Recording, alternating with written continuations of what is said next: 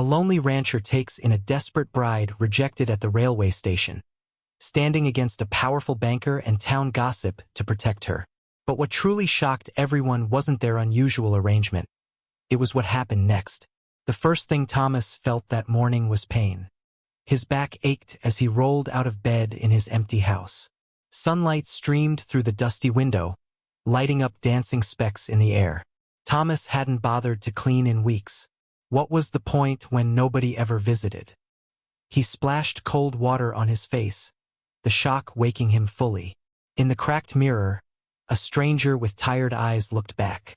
At 42, lines cut deep across his forehead and around his mouth. Not smile lines. Thomas Blackwell hadn't had much to smile about since losing his wife and baby boy 12 years ago. Another day, he mumbled to himself, scratching his beard. His voice sounded strange in the quiet house. Sometimes he went days without speaking to anyone except his horses and cattle. Outside, the September sun already blazed hot, though it wasn't yet 8 o'clock. The sky stretched endless blue above his small ranch, 100 acres of mostly decent grazing land with a 2-room cabin he'd built with his own hands. Later, he'd added another room, though he never used it. It just stood there, a monument to hopes that died long ago. Thomas had a list of chores waiting, but today he needed supplies from town. His coffee was down to the last few grounds, and his flour had weevils. The thought of the 12-mile journey to Millbrook didn't improve his mood. After feeding the animals and loading the wagon, Thomas set off. The wheels creaked and complained over every rock and hole in the dirt road. His 2 workhorses, Samson and Delilah, plodded forward without needing much direction. They knew the way. As he drove, Thomas noticed changes in the land. The summer had been unusually dry. Brown patches spread across fields that should have been green. If rain didn't come soon, everyone would struggle through winter. "Gonna be a hard one," he told Samson, who flicked an ear back but kept walking. The closer Thomas got to town, the more he felt that familiar tightness in his chest. He didn't like being around people much.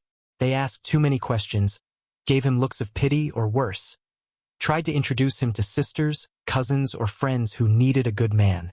Millbrook wasn't much as towns went. A main street with 24 buildings, most made of wood with false fronts trying to look bigger than they were.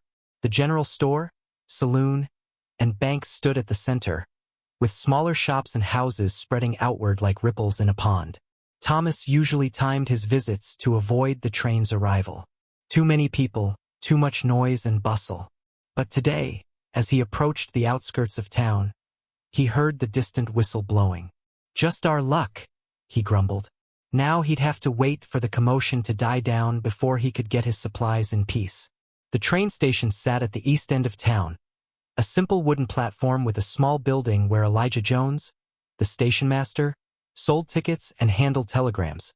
As Thomas drove past, he couldn't help noticing a small crowd gathering. Something about their posture made him pull his horses to a stop. People stood in tight clusters, whispering behind hands and shooting glances toward the platform. Thomas recognized Mrs. Peterson from the bakery, her round face pinched with disapproval. Beside her, the blacksmith's wife nodded at whatever she was saying. Curiosity, a feeling Thomas didn't often allow himself, made him secure the wagon and walk closer.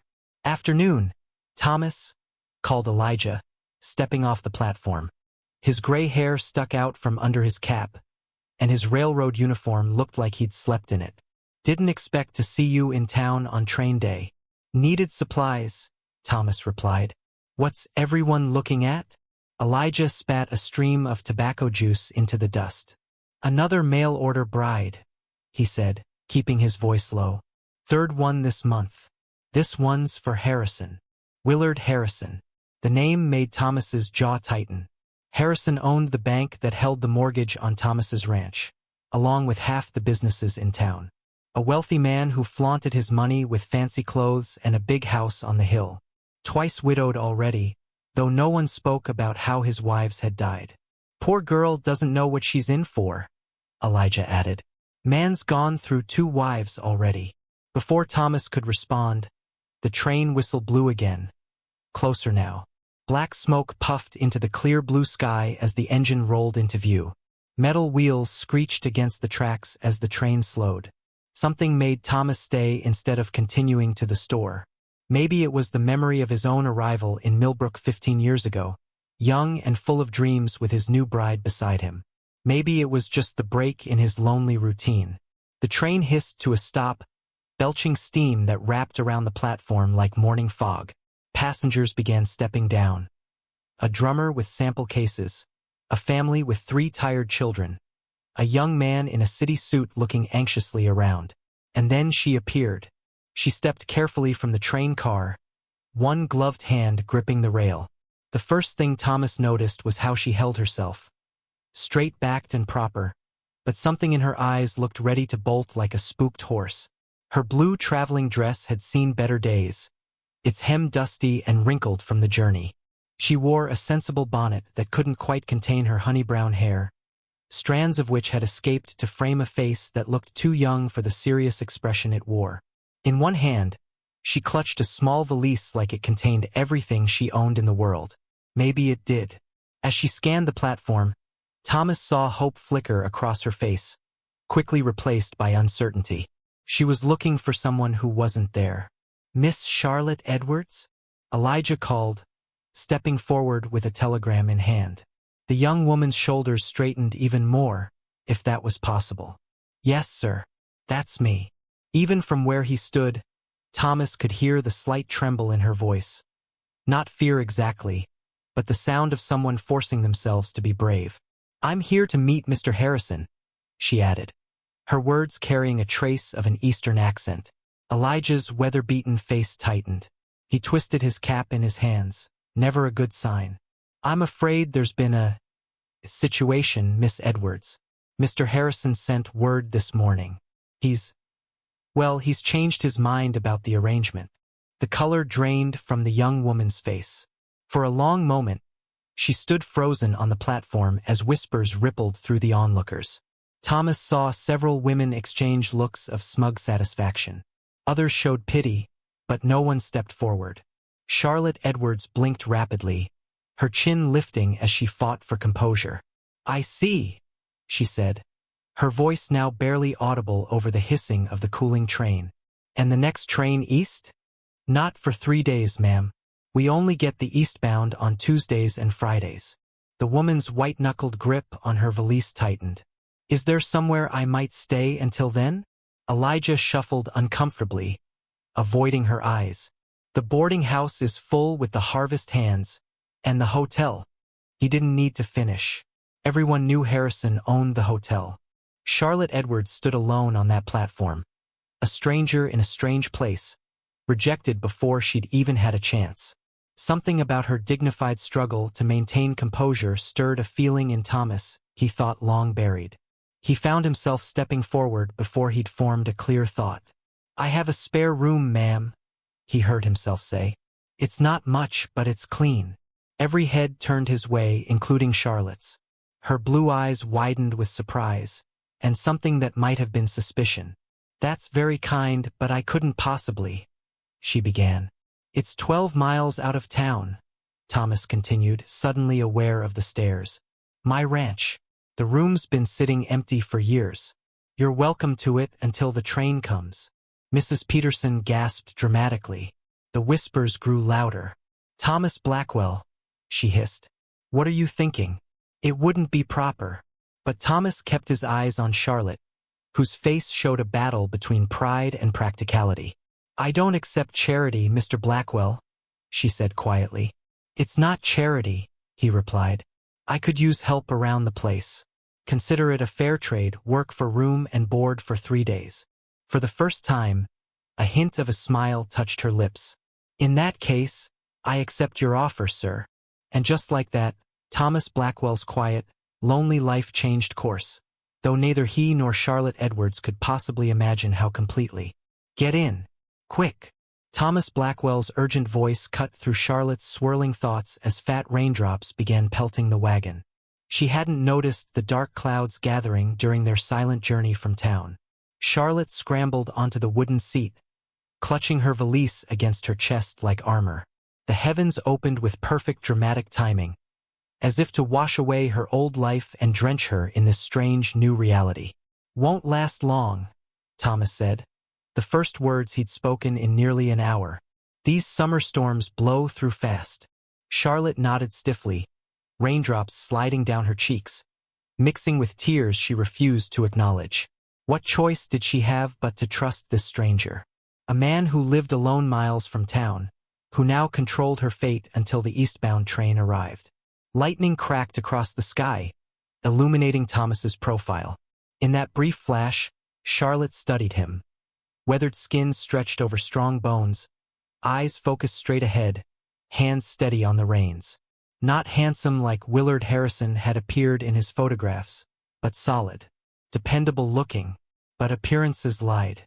Harrison's letters had painted him as a respectable businessman seeking a practical partner. A man of standing who needed a wife to help manage his affairs. The photographs he'd sent showed a distinguished gentleman with kind eyes. How easily she'd been fooled. The wagon hit a deep rut, jolting Charlotte back to the present. Her stomach growled loudly enough for Thomas to hear despite the rain. "Been traveling long?" he asked, eyes still on the muddy road ahead. 3 days, Charlotte admitted. "From Pennsylvania. Long way." "Yes." More silence. Charlotte didn't mind. Words seemed pointless now. What could she possibly say? That she'd sold most of her possessions to buy a train ticket west? That after her brother's new wife made it clear there was no place for her in their home, she'd answered an advertisement in the matrimonial news as a last resort? Respectable businessman seeks practical, educated lady as wife. Must be of good character, healthy, and willing to relocate to thriving Western community. Age 20 to 30 preferred.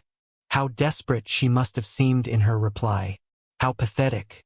The rain eased as they crested a hill, revealing a modest homestead below. A solid cabin with a newer addition built on one side, a small barn, a corral where several horses grazed. Not the grand house Harrison had described in his letters, but tidy and well-maintained. "It's not what you're probably used to," Thomas said, misreading her expression. "But the roof doesn't leak much, except in the kitchen corner when the wind blows from the north." Charlotte swallowed hard. "Mr. Blackwell, it appears I'm not going to be used to anything I expected. Your home looks perfectly sound." He gave her a quick, searching glance, then nodded once. The rain had stopped completely by the time they reached the yard. Thomas helped her down from the wagon, careful not to touch her more than necessary. His rough fingers barely brushed her elbow, but Charlotte felt the contact like a brand.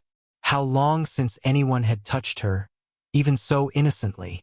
"I'll show you where you'll stay," he said, leading her toward the cabin while carrying her valise despite her protests. Inside, Charlotte found herself in a simple main room with a stone fireplace, wooden table with 4 chairs, and a rocking chair beside a small bookshelf. Everything was clean but spartanly furnished. No photographs, no decorative touches, nothing to suggest a woman's presence, or that anyone really lived here rather than just existed. Thomas walked to a door on the far side. "This is the extra room," he said, pushing it open. "Built it thinking." He stopped, clearing his throat. "Anyway, it's yours while you're here." The small bedroom contained a narrow bed with a patchwork quilt, a chest of drawers with a porcelain washbasin, and a braided rug on the plank floor. A window looked out toward distant hills. "The outhouse is out back," Thomas continued awkwardly. "I'll bring fresh water for washing. Stoves in the kitchen through there. Feel free to use anything you need." Charlotte set her hat on the bed, suddenly overwhelmed by the strange intimacy of being in this man's home. "Mr. Blackwell, I want to make sure you understand my situation correctly. I came here expecting to be married. I am not." She felt heat rise in her cheeks but forced herself to continue. "I am not a woman of loose morals finding herself in unfortunate circumstances. I was misled by Mr. Harrison."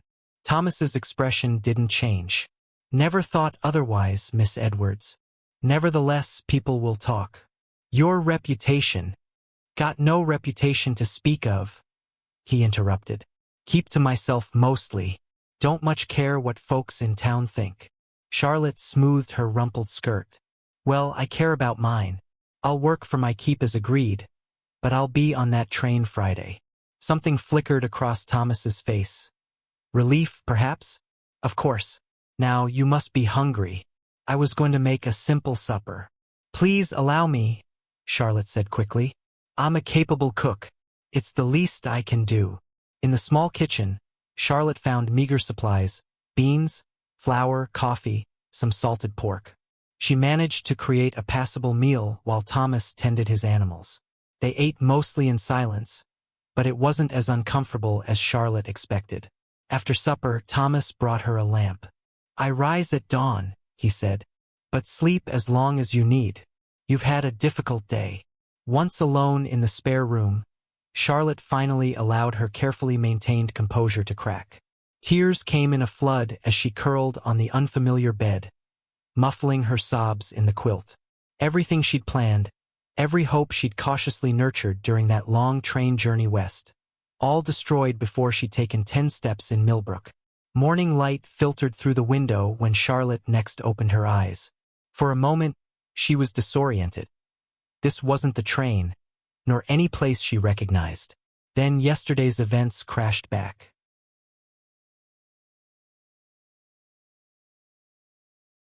She'd been rejected, abandoned in a strange town, taken in by a solitary rancher who was now, by the sounds coming through the thin walls, making breakfast.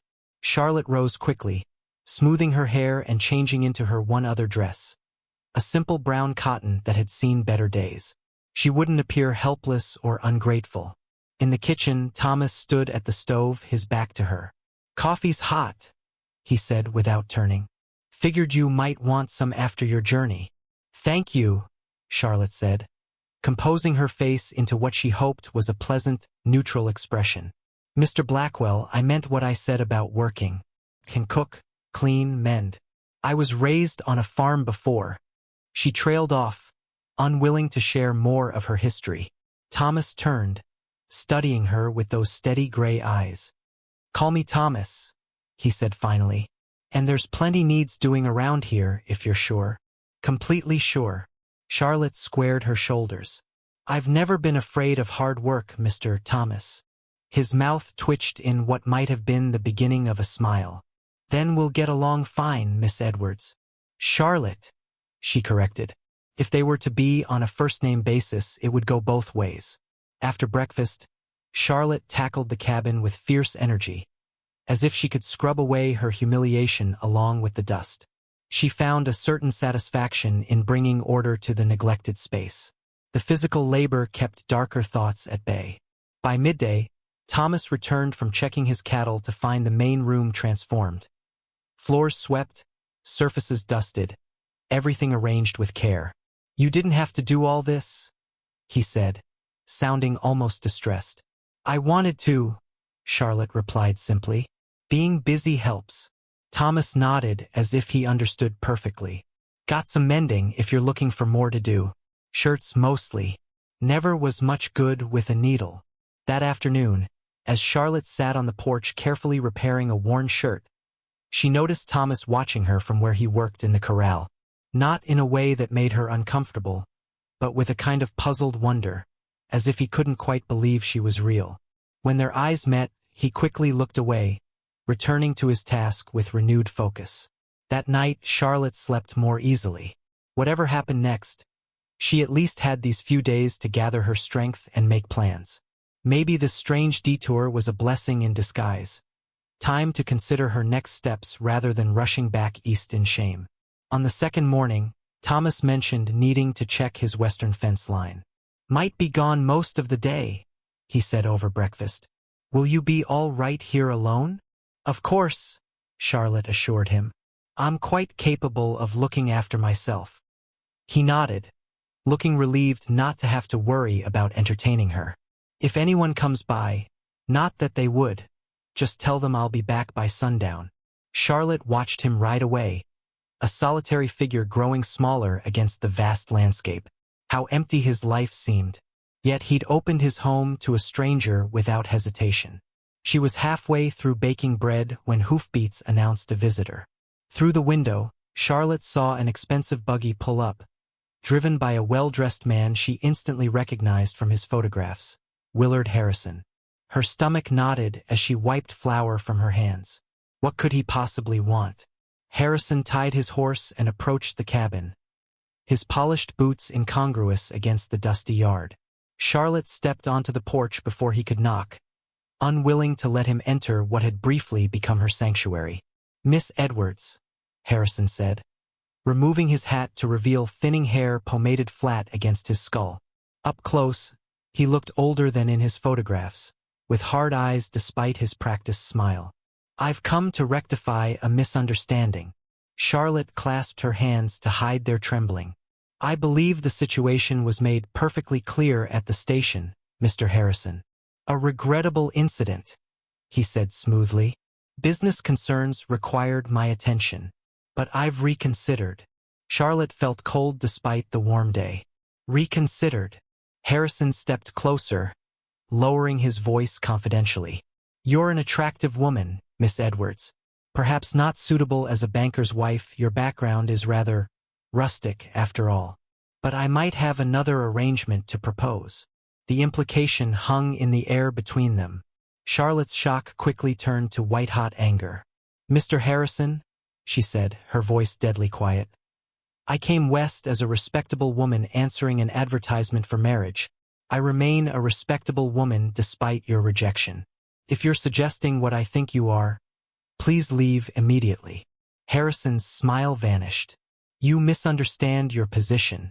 This territory has few options for unmarried women without means or connections. Blackwell can't keep you forever. What will you do when your money runs out? My offer is practical, nothing more."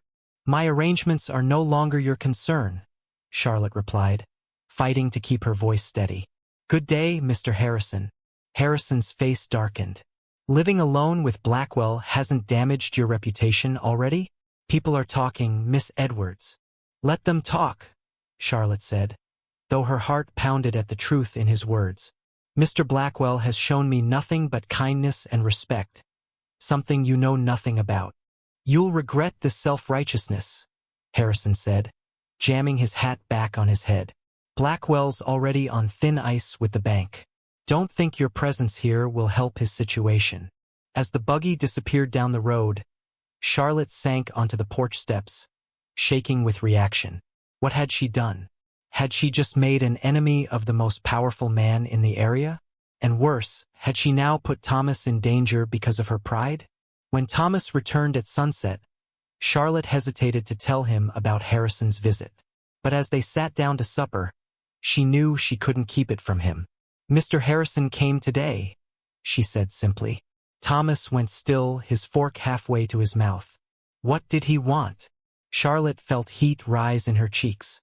To make an alternative arrangement, one no decent woman would accept. Thomas's jaw tightened, a muscle jumping in his cheek. "I see. I refused him, of course," Charlotte continued. "But he made threats. About the bank. About your mortgage." Thomas set down his fork with deliberate care. "Don't worry about that. Harrison's been looking for reasons to foreclose on me for years. This isn't your burden." "But it is," Charlotte insisted. If you hadn't come here, I'd still be at odds with Harrison," Thomas interrupted. "Man's had it in for me since I spoke against his development plans for the creek that feeds half the ranches in the valley." Charlotte studied him with new eyes. This quiet man had stood against someone like Harrison? "You risked your ranch to protect others' water rights?"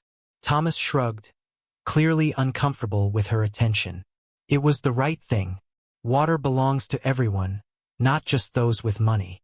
Something shifted in Charlotte's understanding of the man across the table. Thomas Blackwell wasn't just a lonely rancher who'd taken pity on her. He was a man of principles, willing to stand against power when necessary. "The train comes tomorrow," Charlotte said softly. Thomas nodded, his expression unreadable. "I know." They finished their meal in silence, each lost in thoughts neither was ready to share. As darkness fell outside, Charlotte wondered what awaited her beyond this brief, unexpected haven, and why the thought of leaving suddenly felt more like loss than escape. Charlotte couldn't sleep. The moonlight spilled through the thin curtains as she stared at the unfamiliar ceiling. Tomorrow's train would carry her away from this place. Back to what?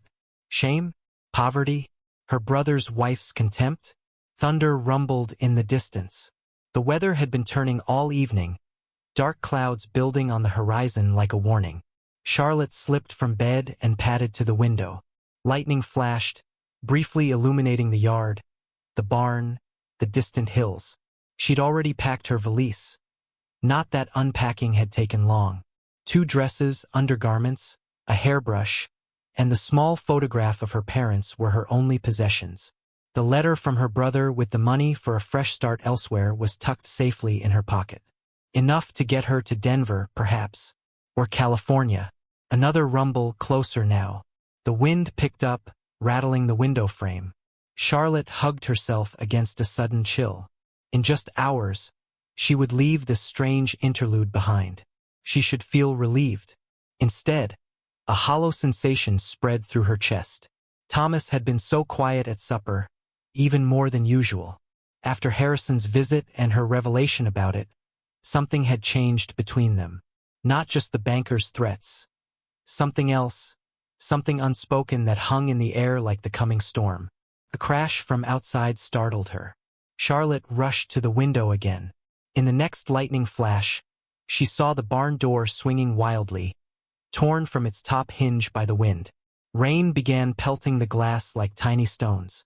Without thinking, Charlotte grabbed the woolen shawl from the foot of her bed and hurried through the main room. Thomas was already up, pulling on his boots. "Stay inside," he warned, reaching for his coat. "I need to secure the animals." "I'll help," Charlotte said, wrapping the shawl tightly around her shoulders. Thomas started to protest, but another violent gust rattled the cabin. "All right, stay close." The moment they stepped outside, the storm's fury hit them full force. Rain lashed sideways, soaking Charlotte's nightdress beneath her shawl in seconds. The wind nearly knocked her off her feet as they struggled toward the barn.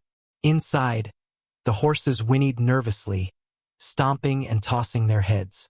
The damaged door banged repeatedly, threatening to tear completely free.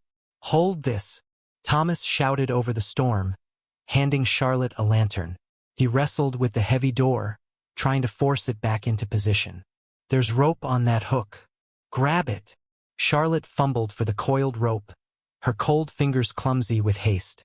Together, they managed to secure the door temporarily, though it still rattled ominously with each gust. "The creek," Thomas said suddenly, his face tight with worry in the lantern light. "If it floods, it could take out the bridge." The bridge, the only direct route to town. To the train station. "How bad could it get?" Charlotte asked, pushing wet hair from her face. "Bad enough." Thomas's gaze was grave. "Last big storm washed out every crossing for 10 miles. Charlotte's heart sank. "How long to repair?" "Days. Maybe longer." The implications hung between them. If the bridge washed out, Charlotte would be stranded here, perhaps for weeks. The thought should have horrified her. Instead, she felt a strange flutter of what? Relief? Before she could examine the feeling, a deafening crack split the air. Through the barn's small window, they saw a flash of white as lightning struck a tree near the house. "Fire!" Charlotte gasped, pointing to where sparks had ignited the dry brush beneath the tree. They raced from the barn, fighting the wind. The growing flames licked hungrily at the grass, driven toward the house by the wind. "The well!" Thomas shouted, running for the water bucket. "Form a line." For the next hour, they battled the flames together. Charlotte's arms ached from passing buckets. Her lungs burned from smoke, but she never faltered. Finally, the rain became an ally, helping to douse the last embers. Exhausted and drenched, they stumbled back to the cabin. Inside, water had seeped under the door, forming puddles on the wooden floor. Charlotte grabbed a rag and knelt to mop it up. "Leave it," Thomas said, his voice gentle. "You're shaking." Only then did Charlotte realize how cold she was, her nightdress plastered to her skin, her fingers numb. Thomas disappeared into his room and returned with a blanket, which he draped carefully around her shoulders. "You should change," he said, turning away with careful propriety. "I'll make coffee." When Charlotte emerged from her room in her brown dress, the blue one too sodden to wear, Thomas had a fire blazing in the hearth and coffee steaming in 2 mugs. "Thank you," she said, taking the offered cup. Their fingers brushed, and Charlotte felt a warmth that had nothing to do with the fire. They sat in silence for a moment, listening to the storm's fury gradually lessen outside. "You saved my house," Thomas said finally. "Not many would have run toward a fire like that." Charlotte smiled faintly. "I grew up fighting nature's whims on our farm. Fire, flood, drought, they were just part of life." "Your family's farm in Pennsylvania," Thomas said. "You mentioned it before." Charlotte nodded, surprised he remembered that small detail. "My father built it from nothing. We had 60 acres, mostly wheat, some vegetables, a few dairy cows." The memories came easier now, shared in the warm firelight with the storm raging outside. "When he died 4 years ago, my brother William took over. And then William married," Thomas guessed, putting the pieces together. "Sarah." Charlotte's mouth tightened. She made it clear there was no place for a spinster sister in their home. When the harvests failed 2 years running, it became a matter of practicality. "So you answered Harrison's advertisement." "One of several," Charlotte admitted. His was the only reply. She stared into her coffee. "How foolish I must seem to you." "Brave," Thomas countered. "Not foolish." Charlotte looked up, surprised. "Brave. Starting fresh in a strange place takes courage. Standing up to Harrison took courage." His eyes held hers. "You're many things, Charlotte Edwards, but foolish isn't one of them." Something shifted between them in that moment, a recognition, perhaps, of kindred spirits. 2 people who had faced loss and continued on, however imperfectly. "The bridge will likely be out by morning," Thomas said, breaking the spell. "If you still want to catch that train, we should leave now, try to cross before it's gone completely." Charlotte looked toward the window where rain still pounded against the glass. "Leave now? Rush through the storm on dangerous roads, just to return east in defeat? Or to some new place equally unknown but without what? Without Thomas Blackwell's quiet strength? Without this strange peace she'd found in his spare room? Without the purpose she'd discovered in bringing order to his neglected home? "I think," she said slowly, "that would be foolish. The roads will be dangerous." She met his gaze steadily. "If you're willing to tolerate my presence a while longer, I'd prefer to wait until conditions improve." Something like relief flickered in Thomas's eyes. "It's no hardship," he said simply. Later, Charlotte lay in bed listening to the storm gradually fade. The bridge would almost certainly be damaged, perhaps completely washed away. She might be here for days, even weeks. And as she drifted towards sleep, Charlotte realized she wasn't sorry at all. Morning revealed the storm's destruction. Branches littered the yard, the garden was partially flattened, and as Thomas had predicted, the bridge was gone. Nothing remained but a few splintered pilings jutting from the swollen creek. "For days to repair, minimum," Thomas said when he returned from checking. "That's if the rain holds off." Charlotte nodded, feeling strangely calm. "Then I'll have time to fix that shirt of yours properly. The mending I did will never hold." A ghost of a smile touched Thomas's lips. "No rush." Days slipped by in a rhythm neither had expected. They worked side by side from dawn till dusk, Charlotte tending the house and garden, Thomas handling the livestock and repairs. In the evenings, they shared simple meals and simpler conversation. Gradually, the awkwardness between them eased. On the 3rd day, Charlotte found a trunk in the storage shed while searching for canning jars. Inside were women's clothes, simple dresses, aprons, a winter coat. "My wife's," Thomas said when she hesitantly asked. His voice was quiet but not pained, as if speaking of someone from a distant memory rather than a raw wound. "Eleanor. She's been gone 12 years now." "I'm sorry," Charlotte said, closing the trunk quickly. "I shouldn't have pried." "No," Thomas said. It's time they were used again. She would have liked you, I think. The words hung in the air between them, filled with meaning neither was ready to acknowledge. That night, Charlotte lay awake long after Thomas had retired to his room. The clothes in that trunk told a story. Of love, of loss, of a life interrupted. 12 years Thomas had lived alone, keeping those dresses carefully preserved. 12 years of solitude in this house built for a family. What would it be like, she wondered, to be loved so steadfastly? Harrison had discarded her before even meeting her. Her brother had chosen his wife's comfort over his sister's welfare. But Thomas Blackwell had kept his wife's memory alive for 12 years. Charlotte turned on her side, watching moonlight filter through the curtains. The bridge would be repaired soon. She would have to decide stay or go. And for the first time since arriving in Millbrook, Charlotte realized she had a genuine choice. You've got no right. The red-faced man slammed his meaty fist on the wooden counter, making the jars of candy rattle. No right at all to spread such filth about decent folk. Thomas stepped back, keeping a careful distance from Frank Peterson, the blacksmith whose wife was Millbrook's most notorious gossip. A crowd had gathered at Jenkins' general store, pretending interest in the merchandise while straining to hear every word. Never said a word about you or yours, Frank, Thomas replied evenly, though his jaw tightened. Now step aside. I've supplies to buy. It had been 10 days since the storm. 10 days of unexpected peace with Charlotte at the ranch. The bridge had been repaired faster than expected. 4 days instead of the predicted week.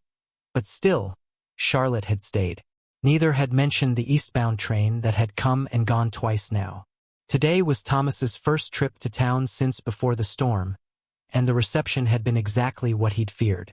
My Eunice says your guest is still there, Peterson continued, making the word guest sound foul. Indecent is what it is, taking advantage of a woman with no options. Heat rose in Thomas's face. Miss Edwards is a respectable woman who needed shelter after Harrison abandoned his obligations. She stays of her own free will as my housekeeper. Laughter erupted from the corner where Jackson Davis, Harrison's business partner, stood with several cronies. Housekeeper, is that what they're calling it these days? Thomas's hands curled into fists. He'd expected gossip, but not this level of open hostility. That's enough, came a firm voice. Pastor Whitaker pushed through the crowded store, his normally gentle face stern. This town should be ashamed, spreading rumors about a woman none of you have bothered to help. But Pastor, Mrs. Jenkins protested from behind the counter. A single woman living with a bachelor. While you all whisper and judge, I've actually met Miss Edwards, the pastor interrupted. She joined us for services last Sunday while Mr. Blackwell tended his cattle. A more proper, God-fearing woman you'd be hard-pressed to find. Thomas blinked in surprise. Charlotte had gone to church? She hadn't mentioned it. Furthermore, the pastor continued, Miss Edwards has accepted a temporary position teaching at our school until a permanent replacement for Mrs. Holloway can be found. This news hit Thomas like a physical blow. Charlotte was taking a teaching position? When had this happened? Why hadn't she told him? Now, Pastor Whitaker said, turning to Thomas. I believe you had shopping to do, Mr. Blackwell? The crowd reluctantly parted. Thomas completed his purchases in tense silence, aware of the whispers that followed him. Outside, the pastor fell into step beside him. Miss Edwards asked me not to mention the teaching position until it was finalized, he explained quietly. The school board only confirmed it yesterday. I see, Thomas said, though he didn't, not really. Why would Charlotte keep this from him? She's staying at my sister's boarding house starting tomorrow, Pastor Whitaker added. I've arranged it personally. Another shock. Charlotte was leaving the ranch? Without a word to him? Miss Edwards is quite remarkable, the pastor continued, oblivious to Thomas's inner turmoil. Her education and poise impressed everyone on the board. We're fortunate she's decided to remain in Millbrook. Thomas loaded his supplies mechanically, his mind racing. Yes, he managed. Fortunate. The ride home seemed endless. Charlotte was leaving. Not just his home but his life. She'd made plans, arrangements, all without a word to him. After 10 days of shared meals and conversations, of working side by side, of gradually breaking down the walls between them. Had he imagined the connection growing between them? The way her eyes sought his across the table, the way her hand sometimes lingered near his when passing the coffee, the way she'd begun humming while working, as if happiness had crept up on her unawares? When the ranch came into view, Thomas saw Charlotte in the garden, gathering late vegetables. Sunlight caught her hair, turning it to gold. She'd taken to wearing one of Eleanor's old dresses, altered to fit her smaller frame while working. The sight of her there, so naturally a part of his world, tightened Thomas's chest. She looked up at the sound of the wagon, smiling and waving. How could she smile, knowing she was leaving? How could she wave so casually when she'd been making plans to walk away? "You're back earlier than expected," Charlotte called as he pulled the horses to a stop. "I've made stew for—" She broke off, seeing his expression. "What's wrong? When were you going to tell me?" Thomas asked, the words coming out harsher than intended. Charlotte's smile faded. "Tell you what?" "About the teaching position. About moving to the boarding house." Understanding dawned in her eyes. "Pastor Whitaker told you. Had to hear it from him instead of you." Thomas jumped down from the wagon, not offering his hand as he usually did. "When were you planning to mention it?" "As you were walking out the door." Hurt flashed across Charlotte's face. "I was going to tell you tonight. The board only confirmed it yesterday afternoon while you were checking the north pasture." "And the boarding house? How long have you been planning that?" "I haven't been planning anything," Charlotte said, her own temper rising. "Pastor Whitaker offered it yesterday. I only accepted this morning by letter." Thomas turned away, busying himself with unhitching the horses. "Well, congratulations on your position. Millbrook will be lucky to have you." "Thomas." Charlotte's voice softened. "I was going to discuss it with you properly tonight. I wanted to explain." "No need to explain," Thomas interrupted. "You found a respectable position, respectable lodging. Makes perfect sense. If you'd just listen, we should get these supplies unloaded before dark," he said, deliberately changing the subject. "Storm's coming in from the west. Might be a bad one." Charlotte stared at him for a long moment, then nodded stiffly. Of course. They worked in tense silence, unloading supplies and securing the animals. The air between them crackled with unspoken words, like the electricity of the approaching storm. That evening, supper was a quiet affair. Charlotte had indeed made stew, Thomas's favorite, with dumplings on top, but he barely tasted it. Every bite felt like goodbye. "Thomas," Charlotte finally said, setting down her spoon, "I need to explain about the teaching position." "As I said, no explanation needed," Thomas replied, still not meeting her eyes. "It's a good opportunity. Will you stop being so stubborn and listen?" Charlotte's palm slapped the table, startling them both. "I didn't seek out this position. Pastor Whitaker approached me after services last Sunday." Thomas looked up, surprised by her outburst. "You went to church?" "Yes, while you were checking the cattle. I wanted to." She hesitated. "I wanted to see if Millbrook could be a place I might belong." The simple admission hung in the air between them. The pastor introduced me to several people, including Mrs. Holloway, who mentioned she was returning east to care for her ailing mother. When she learned I had experience teaching farm children, she suggested I might be a suitable temporary replacement. "Temporary," Thomas repeated, focusing on that one word. "Until spring, when they can find someone permanent." Charlotte's eyes searched his. "I never planned to stay in Millbrook, Thomas. You know that. But I also never planned to meet someone like you." The words hung between them, charged with meaning. "When the pastor offered the boarding house," Charlotte continued carefully, "I accepted because of the talk in town, because my staying here is damaging your reputation." "I don't care about gossip," Thomas said, "but I care about you." The words came out in a rush. "These past 10 days have been—" She trailed off, color rising in her cheeks. Before Thomas could respond, a pounding at the door interrupted them. He opened it to find Elijah Jones, the station master, on the porch, rain dripping from his hat. "Thomas, you're needed in town," he said breathlessly. "It's Harrison. He's called in your loan. Says you've got 3 days to pay in full or he takes the ranch." Thomas felt the blood drain from his face. "That's impossible. I've made every payment on time." "He says there's a clause about moral character in the fine print," Elijah explained uncomfortably, glancing toward Charlotte. "Says you've violated it." "That's outrageous." Charlotte stepped forward, her face flushed with anger. "Mr. Blackwell has done nothing wrong." "Don't matter," Elijah said sadly. "Harrison owns the bank, makes the rules." 3 days, Thomas repeated numbly. "That's not enough time to raise that kind of money." "That's the point," Charlotte said quietly. "Harrison knows you can't pay. This is about me. About me refusing his proposition." Understanding dawned on Thomas's face, followed quickly by fury. "Harrison thinks he can drive you out by threatening my ranch. And he's using me as the excuse," Charlotte finished.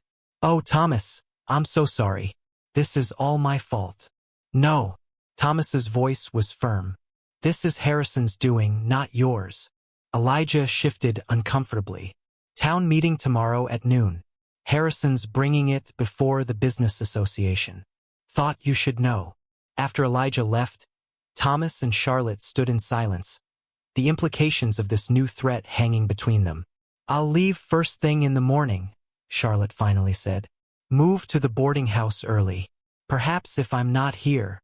"Running won't solve this," Thomas interrupted. "Harrison won't stop. He wants the ranch, has for years. This is just his latest excuse." "But if I leave Millbrook completely, is that what you want?" Thomas asked, his eyes finding hers. "To leave?" Charlotte hesitated, and in that moment of silence, Thomas saw the truth. Despite everything, the scandal, the gossip, Harrison's threats, she wanted to stay, not just in Millbrook, but here with him. "No," she whispered. "It's not what I want." Thomas took a step toward her, then another, until barely a foot separated them. "What do you want, Charlotte?"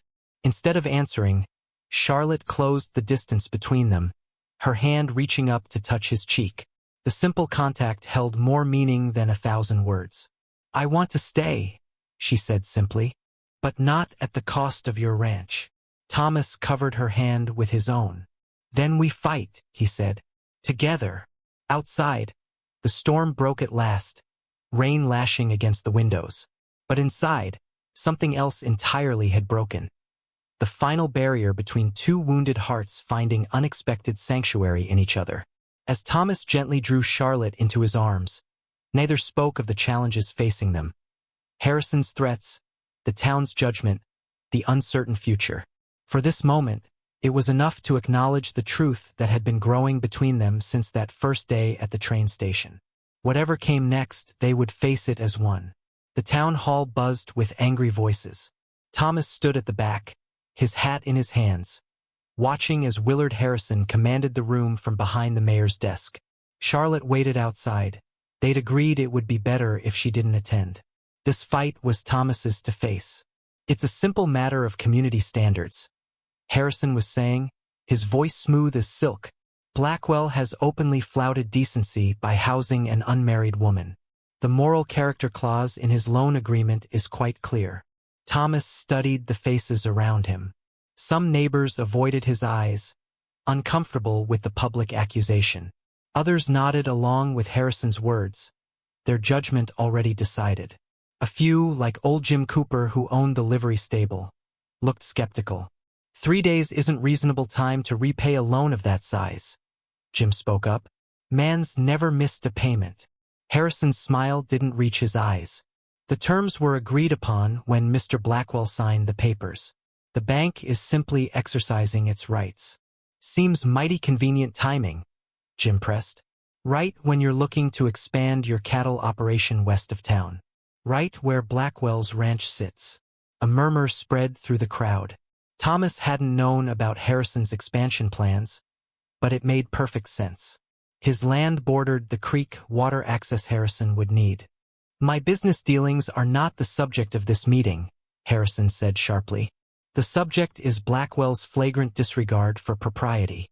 That's not true. All heads turned as Pastor Whitaker stood. Miss Edwards is a woman of impeccable character who found herself in difficult circumstances through no fault of her own. Mr. Blackwell offered Christian charity when no one, including you, Mr. Harrison, would help. The nature of their arrangement, Harrison began, is above reproach, the pastor interrupted firmly. I've visited the ranch myself. Miss Edwards has separate quarters and serves as housekeeper while awaiting more permanent arrangements, which she has now secured as our new schoolteacher. This revelation caused another wave of whispers. The pastor's endorsement carried weight, especially with the church-going townsfolk. Harrison's face darkened momentarily before he regained his composure. Nevertheless, the loan agreement stands. 3 days, Blackwell. Then the ranch is forfeit. As the meeting broke up, several people approached Thomas, including Jim Cooper and the pastor. This isn't right, Jim said, shaking his head. Man can't call in a loan like that without cause. He can if it's in the contract, Thomas replied grimly. And it probably is, buried in the fine print. You could challenge it in court, Pastor Whitaker suggested. Thomas gave a humorless laugh. The nearest circuit judge won't be through for 2 months. By then, Harrison will own my land. What about selling some cattle? Jim asked. Might raise enough to cover part of it. Maybe a quarter, Thomas said. And nobody around here has cash to buy right now, not with winter coming. As they stepped outside, Thomas saw Charlotte waiting anxiously by the hitching post. Her face fell as she read his expression. It didn't go well, she guessed. Before Thomas could answer, a commotion erupted down the street. A rider was galloping into town, his horse lathered and heaving. Fire! The man shouted. Prairie fire coming from the south. Moving fast. Instant panic. Prairie fires were every farmer's nightmare, especially after the dry summer they'd had. With the right wind, flames could race faster than a horse could run, consuming everything in their path. The town sprang into action. Men grabbed shovels and burlap sacks from the general store. Women filled buckets at the town pump. Children were rushed to the brick schoolhouse for safety. My ranch, Thomas said, suddenly pale. It's directly in the path if the fire's coming from the south. He turned to Charlotte, his eyes urgent. Stay here where it's safe. I need to try to save what I can. Charlotte gripped his arm. I'm coming with you. Charlotte. We don't have time to argue, she said firmly. 2 people have a better chance than 1. They rode hard, the smell of smoke growing stronger as they neared the ranch.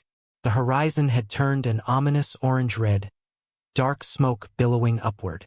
As they crested the final hill, Thomas pulled his horse to a stop, his heart sinking. The fire was less than a mile away, a wall of flame advancing relentlessly across the dry grass. The wind was driving it straight toward his land.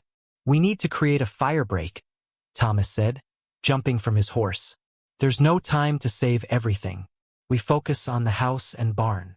For the next hour, they worked frantically, digging up the earth in a wide strip around the buildings, wetting down the roofs with bucket after bucket from the well. Thomas released the horses from the corral, knowing they'd run to safety on instinct. The heat grew unbearable as the fire drew closer. Ash fell like black snow. Charlotte's face was streaked with soot, her clothes damp with sweat, but she never slowed. The hay! Thomas suddenly remembered. If the barn catches, I'll move it. Charlotte was already running toward the barn. No, Thomas shouted. It's too dangerous. But she was already inside. Thomas cursed and ran after her. The dry hay was stacked against the far wall, the most vulnerable spot if sparks reached the barn. Together, they dragged heavy bales away from the walls, creating a safer space in the center. The air grew thicker with smoke. Charlotte started coughing. That's enough, Thomas said, pulling her toward the door. We've done what we can. Outside, the roar of the fire was deafening. The flames had reached the edge of Thomas's property, consuming the tall grass with frightening speed. The firebreak they'd created seemed pathetically small against such power. "Will it hold?" Charlotte asked, her voice hoarse from smoke. "I don't know," Thomas admitted. "Depends on the wind." As if in answer, the wind suddenly shifted, just slightly but enough. The flames veered southeastward, still consuming the outer fields but missing the direct path to the house and barn. For hours they stood vigil, beating out smaller fires that jumped the break, refilling buckets, watching as the main blaze gradually moved past them. By nightfall, the immediate danger had passed, though pockets still burned in the distance. They sat exhausted on the porch steps, faces blackened with soot, lungs raw from smoke. Around them, the land was transformed, charred black where lush grass had been. Nearly half of Thomas's grazing land was destroyed. "My cattle," Thomas said numbly. "They'll have nothing to eat." Charlotte placed a hand on his arm. "We'll figure something out." Thomas looked at her through red-rimmed eyes. "We?" She met his gaze steadily. "Yes, we. I'm not going anywhere, Thomas. Not now." The simple declaration hung between them, more binding than any formal promise. "Harrison will take the ranch in 2 days," Thomas reminded her.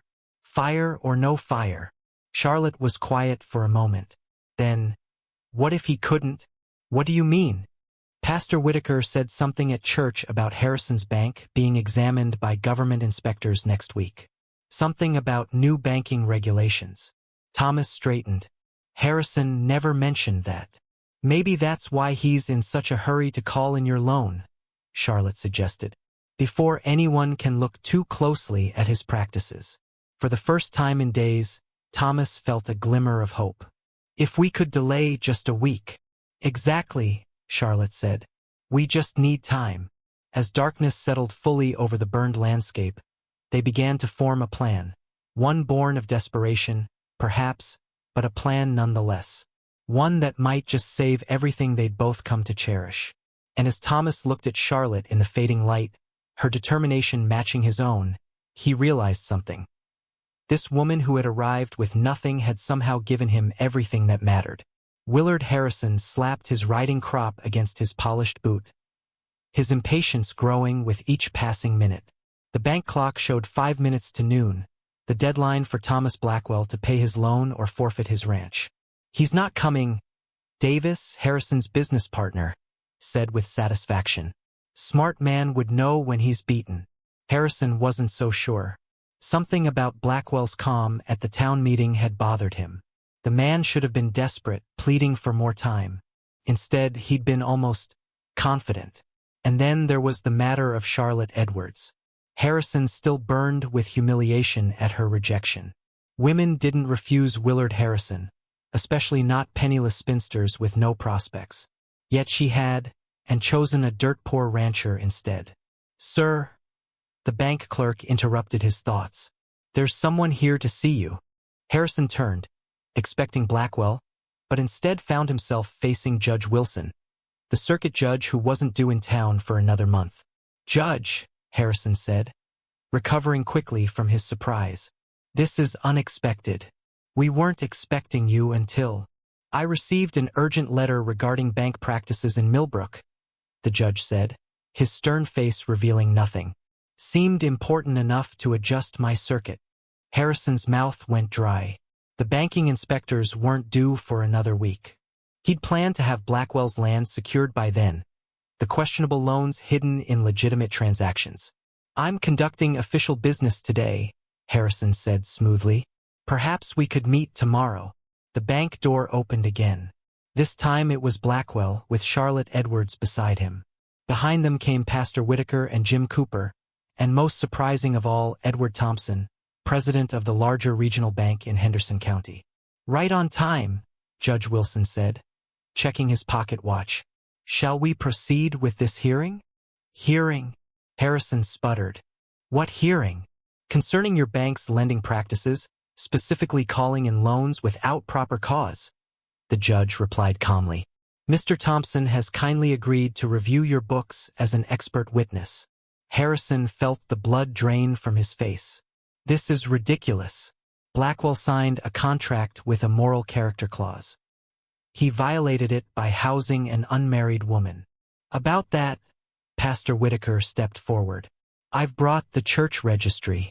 Perhaps you'd care to examine it, Judge? The judge accepted the large book, flipping to where the pastor indicated. He read aloud, Thomas Blackwell and Charlotte Edwards, married September 20th, 1885. Witnesses James Cooper and Elijah Jones. Harrison stared at Charlotte in disbelief. That's impossible. You weren't married 3 days ago. We were married the evening after the town meeting, Charlotte said calmly. A private ceremony at the ranch. Very private, Harrison sneered. Conveniently so. Not at all, the pastor replied. Mr. Cooper and Mr. Jones were present, along with my wife. The ceremony was properly conducted and recorded. Harrison turned to his clerk. Get the Blackwell loan documents. Now. While the clerk scurried to obey, Harrison glared at Thomas. This changes nothing. The loan is still due today. That's where I come in, Thompson said, stepping forward. Henderson County Bank is prepared to assume Mr. Blackwell's loan at the proper terms, 30 years at the agreed-upon interest rate, without any moral character clause. Harrison felt trapped. If he refused, the judge would question why. If that led to a full examination of his books. This is highly irregular, he protested weakly. So is using a moral clause to seize property you want for your own expansion, Judge Wilson observed dryly. Yes, Mr. Cooper informed me of your plans for Blackwell's water rights. For a long moment, the bank was silent. Harrison looked from face to face, searching for a way out. Finding none, he nodded stiffly to his clerk. Process the loan transfer, he said through clenched teeth. As papers were signed and terms agreed upon, Harrison watched Charlotte standing confidently beside Thomas. No longer the frightened, rejected bride who'd stepped off the train, but a woman who had found her place and her power. You'll regret this, he muttered as they prepared to leave. Both of you. Charlotte turned to him, her blue eyes clear and unafraid. No, Mr. Harrison. The only regret here is yours, for underestimating what people will do to protect what matters. Later that evening, Thomas and Charlotte sat on their porch, watching the sunset over the blackened fields that would, with time and care, grow green again. Mrs. Blackwell, Thomas said, the name still new and wonderful on his tongue. I never properly asked you to marry me, did I? Charlotte smiled, taking his rough hand in hers. You didn't need to. When the pastor suggested a quick marriage might solve our legal problems, your face said everything. Thomas looked abashed. Not very romantic. It was practical, Charlotte replied. Like us. Thomas turned to face her fully. But you deserve romance too. You deserve to be asked properly. He took both her hands in his. Charlotte Edwards Blackwell, will you stay married to me? Not just for convenience or to save the ranch, but because I've come to love you. Charlotte's eyes shimmered in the fading light. I already have, she whispered. But yes, Thomas, 1,000 times yes. As darkness settled over the land, they remained on the porch, planning the future they would build together. She with her teaching position in town, he with his ranch to rebuild. It wouldn't be easy, but nothing worthwhile ever was. And much later, when the stars emerged in full brilliance above them, Thomas marveled at how close he'd come to missing this. How a simple act of kindness at a train station had changed everything. What are you thinking? Charlotte asked, her head resting against his shoulder. That sometimes life's greatest blessings arrive disguised as disappointments, Thomas replied. And that I'm thankful every day for Harrison's rejection letter.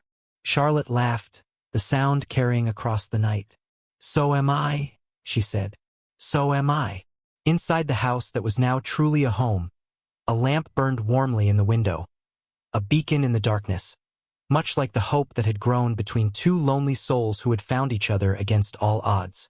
Winter came early to Millbrook that year. October wasn't half over when the first snow dusted the plains, a warning of the harsh months ahead. Charlotte watched the white flakes swirl outside the schoolhouse window, wondering how Thomas was managing at the ranch.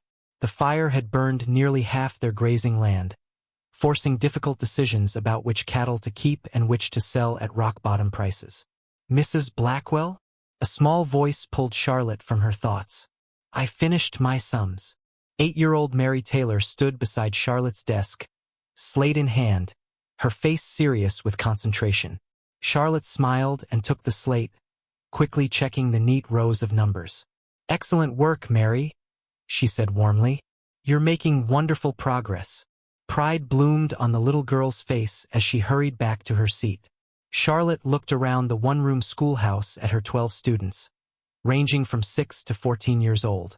In just 2 months, she'd grown to love each one, from shy little Peter Cooper to spirited Emma Jenkins. When the position had changed from temporary to permanent last month, Mrs. Holloway deciding to stay back east with her ailing mother, Charlotte had felt a curious mix of joy and uncertainty. Teaching gave her purpose, independence, respect in the community. But it also meant 5 days a week away from the ranch from Thomas. The school bell rang, signaling the end of the day. Children gathered books and slates, bundling into coats and scarves against the early chill. Remember, your compositions are due tomorrow, Charlotte called over the excited chatter. 1 full page on what you're most thankful for. As the last child disappeared through the door, Charlotte began her usual after-school routine. Straightening desks, cleaning the blackboard, banking the fire to keep pipes from freezing overnight. But today her heart wasn't in it. Thomas had seemed distant that morning when he dropped her off, preoccupied with worries he wouldn't share. A knock at the door interrupted her thoughts. Charlotte turned, expecting a forgotten lunch pail or slate, but instead found Sarah Jenkins, the general store owner's wife and one of Millbrook's most prominent gossips. Mrs. Blackwell, Sarah said with a tight smile that didn't reach her eyes. I hope to catch you alone. Charlotte set down her chalk brush, wiping dust from her hands. Mrs. Jenkins, what can I do for you? Sarah closed the door behind her, shutting out the cold. I'm here on behalf of the school board. There's been concern. Charlotte's stomach tightened. Mrs. Jenkins had opposed her appointment from the beginning, though the pastor's support had eventually won over the other board members. What kind of concern?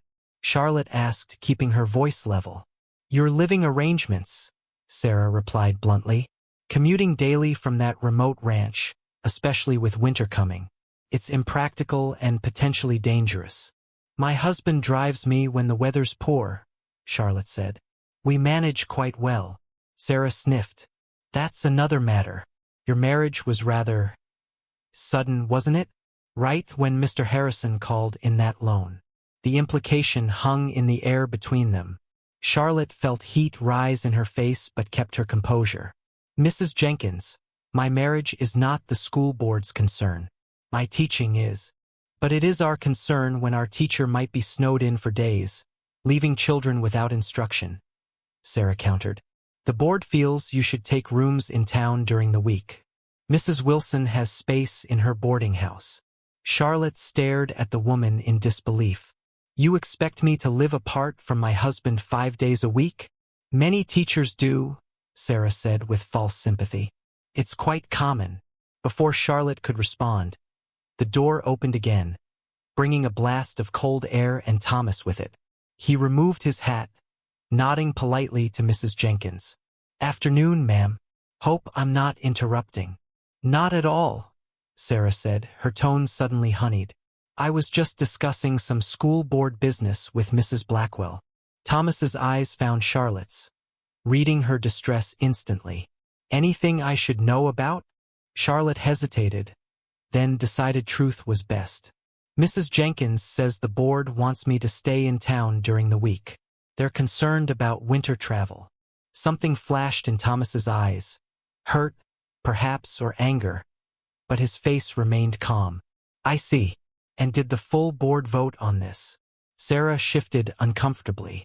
Well, we haven't had a formal meeting yet, but then perhaps this discussion should wait until they do, Thomas suggested mildly. Charlotte and I have some news of our own to share with the community soon, which might affect these concerns. Sarah's eyes narrowed with instant curiosity. News? Thomas smiled, offering nothing more. If you'll excuse us, Mrs. Jenkins, The snow's picking up, and we should head home before the roads worsen. After Sarah left, clearly burning with unanswered questions, Charlotte turned to Thomas. What news? What are you talking about? Thomas took her hands in his. I was going to wait until we got home, make it special. But then I saw that woman upsetting you, and he took a deep breath. Jim Cooper offered me a partnership in the livery stable. We'd own half, work together. Charlotte's eyes widened. But the ranch. We'd keep the house, the immediate land, Thomas explained, but sell most of the grazing land to the Hendersons. They've been wanting to expand. But you love ranching, Charlotte said softly. Thomas squeezed her hands. I love you more. This way we'd both be in town. No more long commutes for you. No more worrying about snow or mud. We'd have a steady income while the ranch land recovers. The enormity of what he was offering washed over Charlotte. Thomas was willing to change his entire life, give up the independence he cherished for her. There's more, Thomas continued, his voice dropping lower. The livery has living quarters above the stable, bigger than our cabin. Room enough for. He paused, a hint of uncertainty crossing his face. For a family, if you wanted that. Charlotte's breath caught.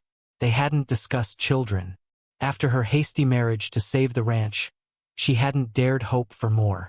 Thomas, she whispered, tears filling her eyes. Are you asking if I want children? He nodded, suddenly looking as vulnerable as she'd ever seen him. I know our start wasn't traditional, but these past months, Charlotte, you've brought life back to me. I want a future with you, a real one. Charlotte threw her arms around his neck, her heart too full for words. Thomas held her tightly, his strong hands gentle against her back. Is that a yes? He murmured against her hair. Charlotte leaned back to see his face, wiping tears from her cheeks. Yes, to all of it. The partnership, the move to town, the family. Yes. The ride home was filled with plans and possibilities. The Hendersons would pay enough for the grazing land to clear Thomas's remaining debt to the bank. The livery partnership would provide steady income through winter when ranching paid little. The rooms above the stable could be renovated before they moved in spring. As they approached the ranch, Charlotte noticed an unfamiliar horse tied at the hitching post. Thomas frowned, immediately alert. Stay in the wagon, he said, helping her down but keeping her behind him as they approached the house. The front door opened before they reached it. A tall man stood silhouetted against the lamplight inside. For a moment, Charlotte didn't recognize him, then gasped. William!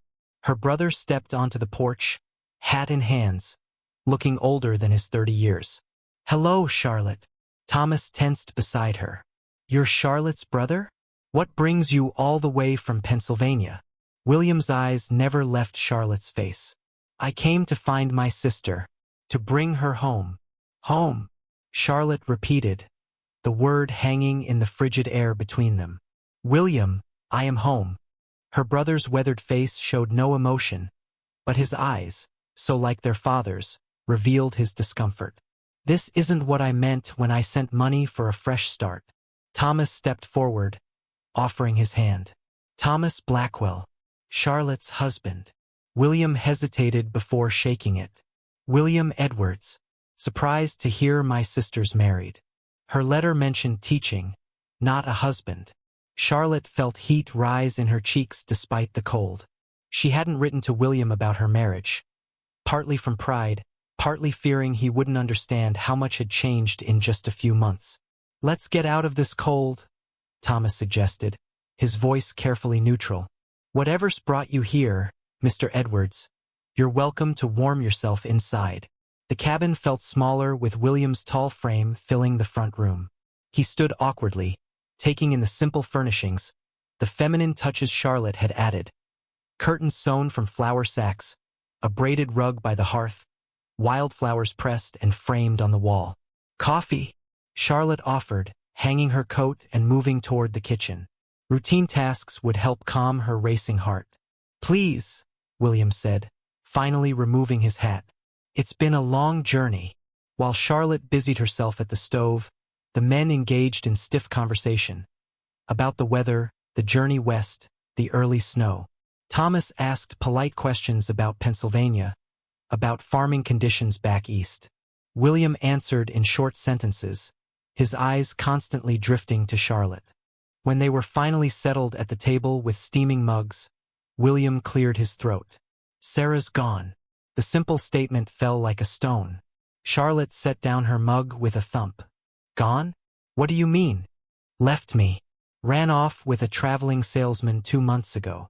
William's voice was flat, emotionless. "Took what cash we had." "Oh, William," Charlotte said softly. "I'm so sorry." Her brother stared into his coffee. "Farm's failing. Bad harvests 3 years running now. Banks threatening foreclosure." Understanding dawned on Charlotte. "And you need help." William nodded, finally meeting her eyes. "I need you to come home, Charlotte. Help me save the farm. It's what Pa would have wanted." The irony wasn't lost on Charlotte, her brother, who had pushed her out at his wife's insistence, now wanting her back because that same wife had abandoned him. The farm he now called hers to save was the same one he'd made clear had no place for her. Thomas watched her face carefully, saying nothing. This was her decision to make. "William," Charlotte said gently, "I have a life here now, a husband, a teaching position. I can't just leave." "It's our family land," William pressed. "For generations of Edwards have worked that soil. And I was sent away from it," Charlotte reminded him, a flash of the old hurt surfacing. "You made it clear there was no place for me." "That was Sarah's doing," William protested. "You know I never wanted you to go." "But you let me," Charlotte said quietly. "You chose her happiness over my welfare." William had no answer for that. The silence stretched between them, years of unspoken hurt and resentment filling the small room. Finally, Thomas spoke. "Mr. Edwards, you've had a long journey. Why don't you rest tonight? Things often look clearer after sleep." Relief washed over William's tired face. "I'd be grateful." Later, after William had been settled in the spare room, the same room where Charlotte had first stayed as a stranded stranger, she and Thomas whispered together in their bedroom. "You don't have to decide anything tonight," Thomas assured her, tucking a strand of hair behind her ear. "Or tomorrow. Take the time you need." Charlotte pressed her cheek against his palm. "There's nothing to decide. My place is here with you." "He's your family," Thomas said gently. "Your only blood kin, from what you've told me." "And you're my family now," Charlotte replied. "The one I chose. The one who chose me." Morning brought a changed landscape. Snow had fallen heavily through the night, blanketing the burned prairie in pristine white. Charlotte rose early to prepare breakfast, her mind still turning over William's sudden appearance and request. She found her brother already awake, standing at the window watching the sunrise paint the snow in shades of pink and gold. "It's beautiful here," he admitted as she entered. "Different from home, but beautiful in its own way." Charlotte began stirring the fire back to life. "It grows on you." William turned from the window, his face solemn. "I meant what I said last night, Charlotte. I need you, but I understand now that I have no right to ask." Charlotte paused, surprised by his insight. "It's not about rights, William. It's about choices. My life is here now." William nodded, looking around the simple cabin with new eyes. "You've made something good. I can see that." "Yes," Charlotte agreed. "Against all odds, I have." William crossed to her, tentatively placing a hand on her shoulder. "I'm sorry, Charlotte, for letting Sarah push you away, for not standing up for you. I've regretted it every day since." The simple apology, so long awaited, brought tears to Charlotte's eyes. "I forgive you," she said softly. "We can't change the past, but perhaps we can build a better future." Thomas found them that way when he came in from tending the animals, brother and sister reconnecting across years of hurt, beginning to heal old wounds. Over breakfast, a new plan emerged, piece by piece. William would stay through winter, helping Thomas with the remaining livestock and preparations to sell the grazing land. Come spring, he would return east with enough money to make a fresh start. Not on the old family farm, which held too many painful memories, but perhaps further west in Ohio, where land was cheaper and opportunities more plentiful. You could teach there, William suggested to Charlotte. They're always needing school teachers in new settlements. Charlotte exchanged a glance with Thomas, who nodded slightly. Actually, William, we're hoping to start a family of our own soon. I'll continue teaching here until then. William's eyes widened, then a genuine smile, the first Charlotte had seen since his arrival, spread across his face. Children? I'd be an uncle? God willing, Thomas said, reaching for Charlotte's hand across the table. Then I'd best stay close enough to visit, William said. Ohio might be too far. The Wilsons are selling their place just outside town, Thomas suggested. Small house, 20 acres. Might suit a single man looking to start fresh. By Christmas, decisions had been made and plans set in motion. William purchased the Wilson property, a modest holding he could manage alone.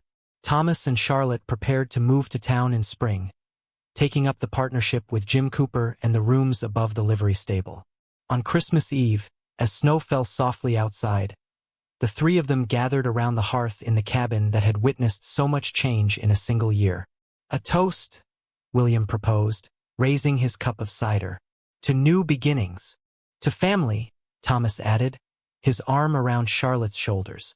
To home, Charlotte finished, looking around at the two men who represented her past and future, now beautifully reconciled in her present. Later that night, as Thomas slept beside her, Charlotte placed a hand on her stomach, where new life had just begun to grow. A secret she would share with him in the morning. Her Christmas gift to the man who had seen her value when she'd been rejected by all others. Outside, the land rested beneath its winter blanket, awaiting spring's renewal. Inside, warmth and hope filled every corner of the small cabin that had started as a temporary shelter and become the foundation for a lifetime of love. In the years that followed, Millbrook would remember the story of Thomas Blackwell and his rejected bride. How a simple act of kindness at a train station had blossomed into the town's most enduring love story. How a wealthy banker's cruel rejection had led to the greatest blessing two lonely souls could imagine. How sometimes, life's deepest disappointments opened doors to its sweetest joys. And how what truly shocked everyone wasn't their unusual beginning, but how completely two broken lives could heal each other, creating something stronger and more beautiful than either could have built alone.